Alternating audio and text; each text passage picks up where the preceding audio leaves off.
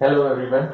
So today we are going to begin with the topic that is energy. What is energy actually? Energy होती है ताकत, आपके अंदर शक्ति, right? And obviously it is a very bit obvious thing कि आप में जितनी ताकत है आप उतना ही काम करते हो, right?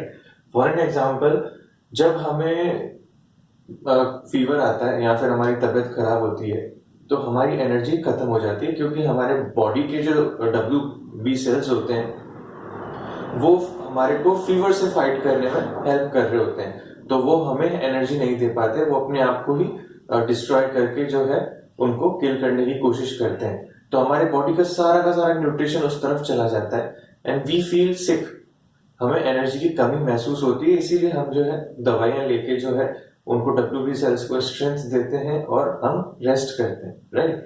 और ऐसा कहा जाता है कि जितना आप अच्छी तरह रेस्ट लोगे then it will be recovered fast.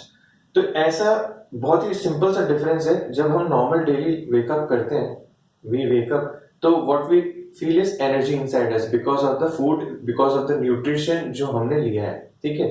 तो एनर्जी इज बेसिकली आप कितना काम करते हो। जितना ज्यादा आप काम कर रहे हो उसका मतलब लोग समझेंगे कि आपके अंदर बहुत एनर्जी है। अगर आप बहुत ही कम काम करते हो तो लोग समझेंगे यार ये एनर्जी इसके अंदर है ही नहीं, ठीक है? सिंपल इज दैट, ठीक है? Energy it is the amount of work done by the body, तो energy is actually equals to work done. तो ऐसा यूनिट एनर्जी का जो है वो है जूल, राइट? अब energy is equal to work done, तो वर्क डन का जो फॉर्मूला हम लोगों ने पढ़ा था वो था F into S into cos theta, तो energy equal to F into S into cos theta ही होगा, सेम टू सेम, ठीक? बहुत सारे टाइप्स हैं एनर्जी के, वो मैं आपको बता देता हूँ। जैसे कि इलेक्ट्रिकल एनर्जी, जो करंट हमारे वायर्स के अंदर फ्लो करता है, ठीक है, दैट इज इलेक्ट्रिकल एनर्जी। जो हवा चलती है that is wind energy. Kinetic energy, potential energy we will discuss. Heat energy, जो गर्मी जनरेट हो रही है दैट इज हीट एनर्जी। जो केमिकल रिएक्शंस हमारे केमिस्ट्री के अंदर होती है जिनमें हीट रिलीज होती है कई में, और हमारे स्टमक के अंदर जो फूड का जो डाइजेशन का प्रोसेस है वो सब कुछ that is a chemical energy. Elastic energy, आप रबर बैंड को खींचते हो रबर बैंड अपने आप स्पीड से अंदर आता है, इलास्टिक एनर्जी। थर्मल एनर्जी, जो थर्मल पावर प्लांट अपने पास है यहाँ पे, जो उसमें से जो एनर्जी निकल रही है। थर्मल एक अदर नेम है हीट का, ठीक है? तो thermal is also energy. Nuclear energy, जो आपका एटम है उसके अंदर का जो न्यूक्लियस होता है उसके अंदर भी बहुत एनर्जी होती है। Similarly light energy and sound energy, जो आप लोगों ने विद इन दीज 2 years पढ़ी है, ठीक है? तो ये सब तो फॉर्म्स हैं एनर्जी के, हालांकि हमें इतने ज्यादा फॉर्म्स याद नहीं रखने। हमें बेसिकली जो इस चैप्टर की नीड है वो है कि kinetic energy and potential energy क्या है उसके बारे में थोड़ा सा ध्यान से पढ़ें, ठीक है? तो काइनेटिक जो वर्ड होता है, ये काइनेटिक वर्ड इसका मतलब होता है मोशन। काइनेटिक का मतलब होता है मोशन, ठीक है? तो काइनेटिक जब जब आ जाएगा तो काइनेटिक को मतलब हमको समझना है क्या इसका मतलब क्या होता है, मोशन। तो ऐसी एनर्जी जो किसी के मोशन में होने की वजह से आती है, ठीक है? तो energy due to motion of a body is known as kinetic energy. अब मोशन में तो कोई भी हो सकता है, मैं इस पेन को थ्रो कर दूं तो ये भी मोशन में आ जाएगा, तो इसके पास जो एनर्जी होगी वो कौन सी होगी, काइनेटिक एनर्जी। एक कार है जिसका ब्रेक फेल हो गया और वो स्पीड से जा रही है, ठीक है? उसके पास कौन सी एनर्जी है, काइनेटिक एनर्जी। एक बॉल है जिसको अपन ने बैट्समैन ने हिट किया या फिर बॉलर ने थ्रो किया, ठीक है? वो भी स्पीड से जा रही है, तो उसके पास कौन सी एनर्जी है, काइनेटिक एनर्जी। एक बुलेट है जिसको फायर कर चुके हैं हम, गोली जा रही है बंदूक से निकल के, उसके पास भी खूब तेज स्पीड है, तो उसके पास कौन सी एनर्जी है, काइनेटिक एनर्जी। बिकॉज इन सभी केसेस में वो जो बॉडी है वो मोशन में है, तो जो एनर्जी रहेगी वो कौन सी रहेगी, काइनेटिक एनर्जी। इसी तरीके से मोटू है, अगर ये दौड़ता हुआ जा रहा है तो आगे वाले सारे लोगों को डर लगेगा क्योंकि मोटू जो है बहुत तेजी से दौड़ रहा है, ठीक है? तो kinetic energy is the energy which is due to motion of a body, ठीक है? सिंपल इज दैट, ठीक है? इसका फॉर्मूला हाफ mv² होता है। ये कैसे आएगा वो हम लोग बाद में देखेंगे। पोटेंशियल एनर्जी के ऊपर आते हैं। It is the energy due to change in position और शेप ऑफ अ बॉडी।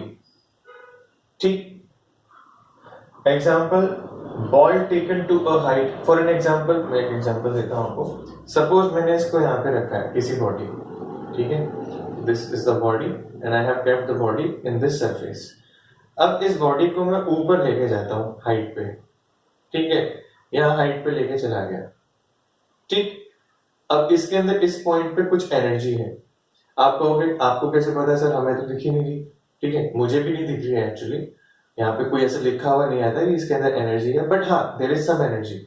वो मुझे कैसे पता चलेगा?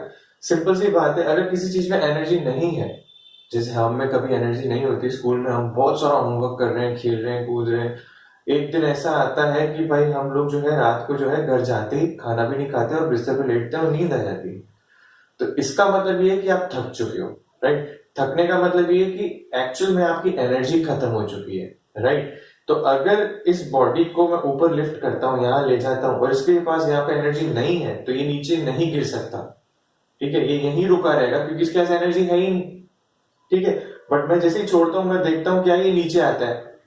तो अगर ये नीचे आता है तो इसका मतलब इसकी एनर्जी इस पॉइंट पे थी, तभी तो ये नीचे आया। सिंपल सी बात है। फॉर एन एग्जाम्पल, अगर आप घर से बाहर निकलते हो, बाइक उठाते हो, तो आपके बाइक में पेट्रोल होगा तभी तो आप आगे अगले घर पे जाओगे, वरना तो आप उसी घर पे रुकोगे। क्लियर? तो इसीलिए ऐसा कहा जाता है कि जब मैं किसी बॉडी को ऐसे ऊपर उठा लेता हूं, इसकी पोजीशन में यहां से यहां जो लेके आया, इस पोजीशन में बदलाव यानी कि इसके अंदर चेंज की वजह से जो एनर्जी आती है वो होती है कौन सी एनर्जी? Potential energy. क्योंकि इसके अंदर ग्रेविटी का भी थोड़ा थोड़ा हाथ है, इसीलिए कई बार इसको ग्रेविटेशनल पोटेंशियल एनर्जी के फॉर्म में भी लिखा जाता है।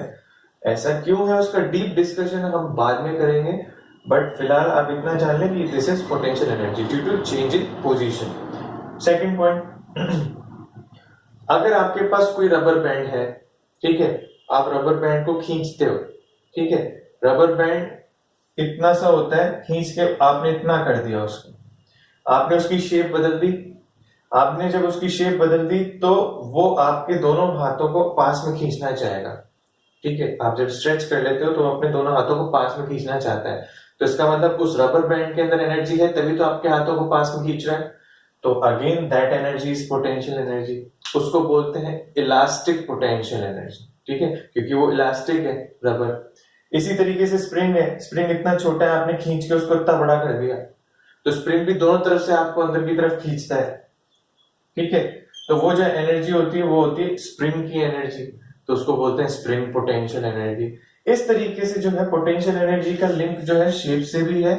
हमारे सिलेबस में शेप अभी नहीं है, हमारे सिलेबस में सिर्फ और सिर्फ पोजीशन है जो आपको ध्यान रखना है। ठीक है, तो पोजीशन में कैसे चेंज करते हैं वो हम देखते हैं। चलिए सबसे पहले पोजीशन वाला ही देख लेते हैं। फॉर पोटेंशियल एनर्जी हमारा फॉर्मूला एज इट इज ही है, energy is equal to work done होता है। ठीक है, and work done is equal to force into displacement into cos theta होता है। ये हमें बिल्कुल ध्यान रखना है। अब पोजीशन चेंज कर रहा हूं, इस डब्बे को उठा के ऊपर लेके जा रहा हूं, हाइट h मान ली है, मास m ले लिया है, मैं अच्छी तरह जानता हूं कि सरफेस पे रखा है तो नीचे mg लग रहा होगा फ्री में, ये तो हमेशा ही लगता है, तो अभी भी लग ही रहा होगा। mg नीचे लग रहा है, आप डिस्प्लेसमेंट ऊपर कर रहे हो, दोनों के बीच का एंगल इज 180, लीनियर एंगल बन रहा है, साफ साफ दिख रहा है। तो मैंने लिखा है यहाँ पे work done is equal to force is mg, height यानी कि displacement is h and angle is cos 180। cos 180 की वैल्यू जो होती है -1 होती है, हमने पुराने वीडियो में देखा हुआ है। तो आपका आंसर आ जाता है minus of m into g into h. अब सवाल ये उठता है कि यहाँ पे जो फोर्स मैंने लिया वो mg है, वो तो अर्थ लगा रहा है। mg कौन लगाता है? अर्थ लगाता है नीचे की तरफ। तो ये तो वर्क डन जो था ये तो अर्थ का आया ना, तो this is the work done of gravity. ठीक है, इसलिए इसको wg मैंने लिखा है यहाँ पे, क्योंकि mg तो अर्थ लगा रहा है नीचे। अब एक सवाल हमारे दिमाग में और आता है कि हम इसको ऊपर खींच रहे हैं तो हमने भी तो कुछ उसके ऊपर फोर्स लगाया होगा। आप इसको ऊपर लिफ्ट कर रहे हो तो आपने इसको ऊपर फोर्स लगाया होगा। तो अगर mg ऑलरेडी नीचे लग रहा है तो मुझे इसको अगर ऊपर खींचना है तो मुझे mg इसको ऊपर की तरफ देना होगा। ठीक, तो अगर मैं फोर्स लगाता हूं तो वर्क डन बाय यू या आप फोर्स लगाते हो तो work done by you is equal to mg, आपने ऊपर की तरफ लगाया, हाइट भी आपकी ऊपर की तरफ है, तो हाइट और mg दोनों ही ऊपर की तरफ अगर आप लगा रहे हो तो आपके कॉस का एंगल कितना हो गया 0 degree, and that is why work done by you will be equal to mgh, and इसी को हम कहते हैं पोटेंशियल एनर्जी। ठीक, तो ध्यान रखें दो चीजें हैं इसके अंदर, जब अर्थ काम कर रहा है, जब अर्थ वर्क कर रहा है तो अर्थ mg नीचे लगा रहा है, बट आपको अर्थ से छीननी है कोई चीज तो आपको उसी के बराबर फोर्स ऊपर देना होता है, इसीलिए mg ऊपर की तरफ। ठीक है, और जैसे ही mg ऊपर की तरफ होता है angle is 0 degree. Kinetic energy के फॉर्मूले के ऊपर आ जाते हैं। सपोज एक ब्लॉक, सेम ब्लॉक, अगर मैं उसके ऊपर फोर्स लगाता हूं, ऑब्वियसली फोर्स लगाएंगे तो there will be some acceleration. अगर ये डब्बा जो है पहले रेस्ट में था, उस पे सम एक्सेलरेशन इज एक्टिंग, तो उसमें कुछ स्पीड में चेंज आ जाएगा, ये हमने पहले चैप्टर में ही सीखा है। कुछ डिस्टेंस वो s कवर कर लेगा, स्ट्रेट लाइन में डिस्टेंस और displacement same thing, so s is the displacement of the body, hence energy is equal to work done is equal to F into s cos theta. यहाँ पे लिखने की जरूरत नहीं क्योंकि सेम डायरेक्शन है तो 0 डिग्री होगा, यानी कि 1 होगा। फोर्स का formula by second law of Newton हम जानते हैं m into a होता है, F इक्वल टू ma। ठीक है, डिस्टेंस का formula by the third equation of motion v square u square 2as। ठीक है, हम जानते हैं it is equal to v square upon 2a, क्योंकि u की वैल्यू यहाँ पे 0 है। ठीक है, तो s की वैल्यू मैंने यहाँ पे डाल दी v square upon 2a, a से a कैंसिल होता है, the formula comes out half into m into v square. This is the formula. अब यहाँ पे देख लो आप, यहाँ पे v है यानी कि स्पीड है, स्पीड से रिलेटेड जो एनर्जी है that is your kinetic energy, और मोशन लिखा है वहां पे, this is motion and motion is speed actually. तो जो एनर्जी स्पीड की वजह से होगी that is kinetic energy, and जो एनर्जी पोजीशन की वजह से होगी, पोजीशन मतलब हाइट है यहाँ पे, तो ये h वाला फैक्टर उसके अंदर आपका आएगा। ठीक है, चलिए थैंक यू वेरी मच। अगर इसमें कोई डाउट आता है तो आप please let me know, screen pause करके आप पूरा एक बार थोरोली समझें। Thank you.